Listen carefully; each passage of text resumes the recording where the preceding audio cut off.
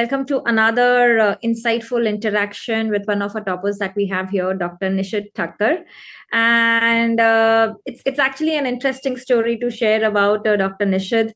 So for Dr. Nishid, he has done his MBBS from BJ Medical College, Ahmedabad. And INI-CET November was INI-CET November, right, Nishid? May, INICET. Oh, INI-CET May. The recent INI-CET May 25 was his first exam, and he got an INI-CET rank 29. Yes. And he did join his residency. So currently, towards 17 July, he joined his MD Pediatrics at AIIMS Delhi. He's pursuing that, but he gave NEET PG 25, and he's got an amazing rank of 11 in NEET PG 25. So that is his first attempt at NEET PG. So first of all, heartiest congratulations, Dr. Nishid, for such amazing performance in both the exams. Thank you, ma'am. So, Nishid, it's, all of us are really curious to know, when you already got rank 29 in INI-CET and you are doing MD Peds at AIIMS Delhi. So why this thought of giving NEET PG? There was no particularly idea behind giving it. I was just giving that only because I had worked for this exam throughout my MBBS. My main target was definitely NEET PG. I got a rank in INI-CET. That doesn't mean I leave the battlefield before that. So yeah, why not reach the finish line, and why not exit the race before that? So yeah, I gave that for that. True. So, I see my reflection in you because I had the same story that even after I joined MD Radiology at Mumbai, even after that, within a week's time or 10 days, I had AIIMS exam and never had given AIIMS exam. And, the first attempt at AIIMS, I was like, deke to deke ki where do we stand actually and how do we perform? Lena hai, nahi lena hai, that's another story baad mein. So I think you also did the same thing. Exam to dete hain, baad mein dekhte hain karna kya hai. Right? Yes. That was true. So, Nishid, we would really like to know, first of all, tell me that when did you finish your internship? I finished my internship in March 25, mid-March. March 25. And May you gave your first INI-CET exam. So how did you manage to get this rank in your first attempt of INI-CET and NEET PG? Ma'am, for example, INI-CET, it is totally depend on your basic science. If your basic science are strong, you have an advantage over it. So it's not that you need to learn for INI-CET or prep for INI-CET in the internship as well. The preparation begins with the first year itself. Like in your anatomy dissections, for example, in this INI-CET, there were 2 to 3 dissection pictures. So that comes back to you if you have been attended, if you have been attentive to it in your first year and second year. So if your basics are strong, eventually you will catch up on it. And once you start doing PYQs and you get to know the idea about the exam, and you start catching up with your basics. True. So basically, you mean that students who have not prepared well from MBBS initial years might be difficult to crack the INI-CET. No, it's not like that. Obviously, if you start late, I used to have this roommate who used to study for the exam at the last few days, and he used to get similar marks as me. So it's not like that. If you start late, you are not gonna end it. But for me, it's it's not about the time you give; it's about the quality you give. Like if you suppose do a topic thoroughly in your second year, third year, and it stays with you, it's okay. But if after that you do the same topic in a small amount of time, but it still retains, then it's okay. It's not that you have to start from early. You can start whenever. You can even start after just 1 month before exam. But the chances varies. Chances might decrease because time is money. The more time you give, the more output you get. True, correct that.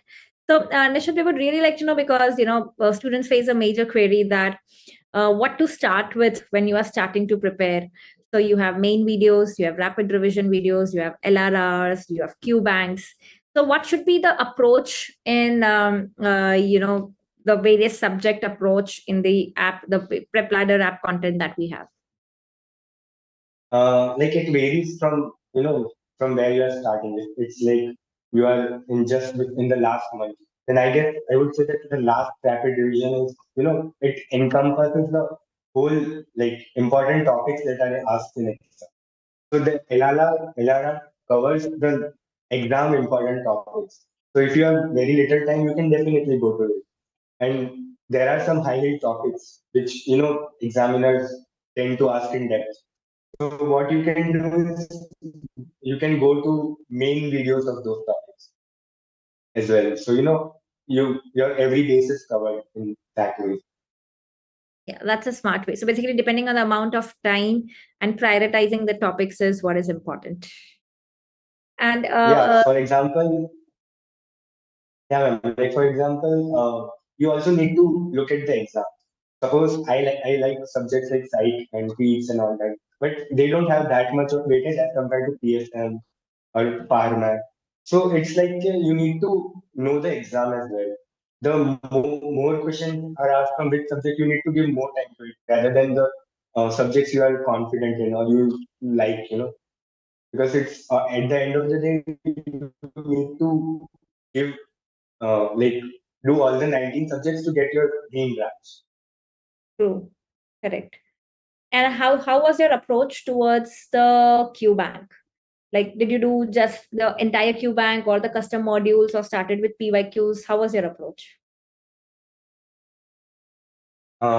Initially, I like in the start of the internship only, I started with the Qbank only. To do the Qbank after it, and I used to highlight or bookmark the important MCQs which I'm forgetting, and like I have a like I think that this might be asked and I might forget it, so I need to review it at the last moment. So I used to bookmark those MCQs, and as it was near to the exam, I used to review only those. And then, as once I'm done with the subject, I am done with the QI. After like am starting new subject, I used to do one custom module of the previous subject. So it used to give a mixed bag, and I could remember the previous subject as well while doing this subject. Okay, so how many questions did you practice a day? It was like not a fixed amount because you also have internship to do. I would suggest that do around 100 MCQs a day because I know it's not possible that you do 100 every day, but try to set a target, because if you have a target, it might motivate and you give you a push towards it. So yeah, you can give a initially you can start with 20 MCQs and gradually you can increase it to 100 MCQs. Okay. And did you make notes out of the questions that you solved, something which was important, or you just relied on the bookmarks? Actually, I'm very lazy to write. So yeah, I used to just bookmark it because, and like the PrepLadder gives you a feature that you can highlight the important points in the question. So you can use that, like highlight the point and review it rapidly. Because I am very lazy when it comes to writing. Okay. Got it. And how about the various mock tests and the champions exam that we have at PrepLadder? When did you start giving those tests? Was it like in the beginning when you started preparation, or after the first read? How was the frequency? Like GTs I used to give as they were live, and at the end of my preparation, I also give grand tests, champions grand tests as well, because they used to simulate the real environment of the exam. Like there used to be mixed bag questions and various severity, various difficulties of level of questions. So you get an idea of exam. So it was really helpful at the end of the preparation phase. Yeah, and I believe even in the champions test, you got a good rank, right? Yeah, I was in top 30. Okay. And that's what reflected in your INI-CET rank as well, 29, top 30. Just there. Yes, ma'am. So, and how was your approach on reviewing these mock tests? Like just the incorrect ones, or was it subject-wise approach, or all the questions? And how much time did it take to review that one complete mock test? Like it depends on how much like my mood was affected after giving that cheating. If it was really bad, I used to take a break for that and review it in the next few days. I used to start, the difficult, like the questions which I got wrong. After out of 200, I used to filter them, and first I used to do all the wrong questions and get in depth of why I did wrong, why I marked anything else, and then I used to go my mark review questions. So like review questions, you have a doubt, okay, why this in two options, and you mark one. That might be right in that particular question, but in exam, a different wordings might change the answer. So you need to get clarity on that as well. So first the wrong questions, then the bookmark questions, and then the right question I used to just gradually scroll. Okay. And do you remember, when you started your preparation, what was your first GT score and how did your graph improve from there? I actually don't remember, but I guess it doesn't matter that much. GT scores, like obviously it affects you, but you need to know that it's a learning experience. It's not the final thing. The final thing is your NEET PG result and not the GT scores. So even if it is bad, you need to, just take it as a learning experience and move on. Because Yeah, because all that many matters students is that, are afraid. fine. Yeah, many Yeah, students fine, don't get GTs because they are afraid कि हमारा score कम आएगा, and that's what I wanted to tell them, that even a topper starts with the low scores, but consistency is what makes them a real topper. Like you still keep giving the GTs irrespective of how your scores are. Yeah.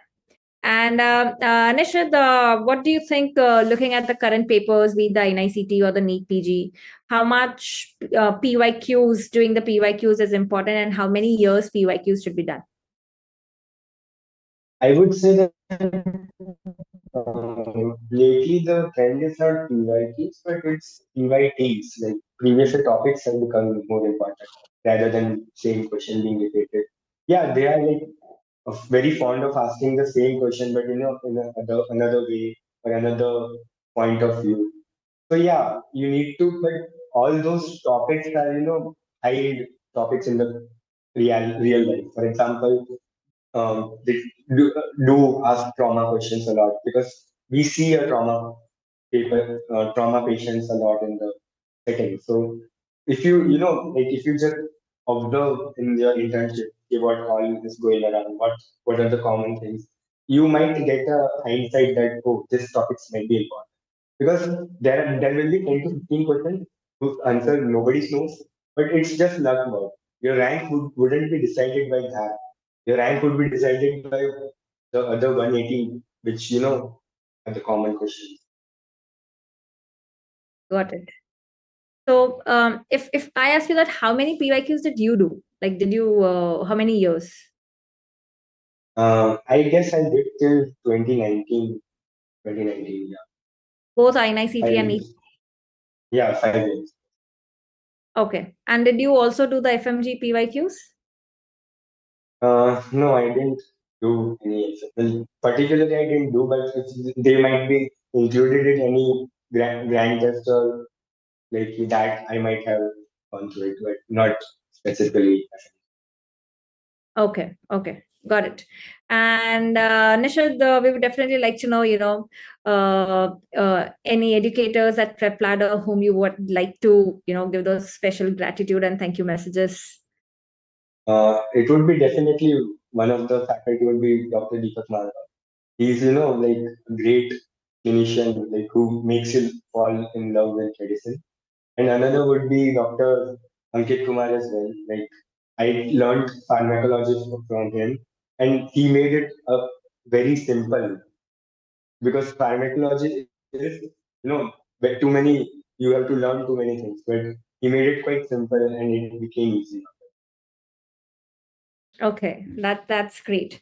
So, any last minute suggestion or anything from your end that you would like to share with our viewers? I would say that, believe in yourself. No matter what, just believe in yourself. I know the result might not be in your favor, but this is not the end point. There's a lot in life. You just need to zoom out of it and, give your best. And trust me, good things will happen. Thank you so much for those kind and positive words, Dr. Nishid. It was really a pleasure talking to you, and all the very best for your future journey. Would be Thank waiting, you. to get an update from your end. You stuck to MD Peds at Ames, or you moved to another branch from NEET PG, whatever it is. But all the best from the entire family at PrepLadder here. And thank you so much for sharing your insights with us. Thank you, ma'am. Thank you. Thank you so much, Dr. Nishad. Thank you, all the viewers, for joining in.